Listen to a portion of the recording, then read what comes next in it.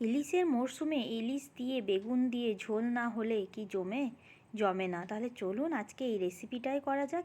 এদিকে আমি বেশ কিছু ইলিশ মাছ নিয়ে তাতে নুন হলুদ মাখিয়ে মিনিট 10-এর জন্য আমি ম্যারিনেশন করে রেখে দিয়েছি। এতে না ইলিশ মাছের ভেতরে নুন হলুদটা খুব ভালোভাবে ঢোকে আর খেতে ভালো হয়।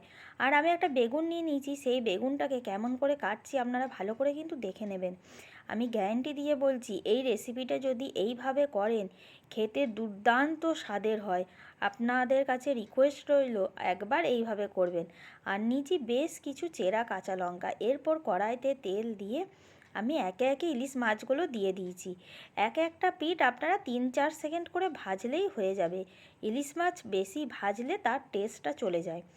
এরপর আমি ওই ইলিশ মাছ ভাজা তেলের মধ্যেই বেশ কিছুটা তেল দিয়ে তাতে কালো জিরে আর চেরা কাঁচা লঙ্কা ফোড়ন দিয়ে ওপরে হলুদ আর নুন দিয়ে যে বেগুনগুলো কেটে রেখেছিলাম সেইগুলো ভালো করে ভেজে নেব।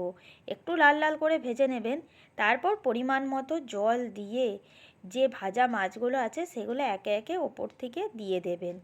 নিয়ে মিনিট 5 কি 6-এর জন্য ঢাকা দিয়ে দিলেই আপনাদের গরম গরম ইলিশ মাছের পাতলা সুস্বাদু ঝোল রেডি। এবার আপনারা গরম ভাতের সাথে পরিবেশন করুন বেগুন দিয়ে ইলিশ মাছের ঝোল। আর হ্যাঁ, খেয়ে কিন্তু আমাকে জানাবেন কেমন হয়েছে। তাহলে আজ আসি, দেখা হচ্ছে পরের ভিডিওতে।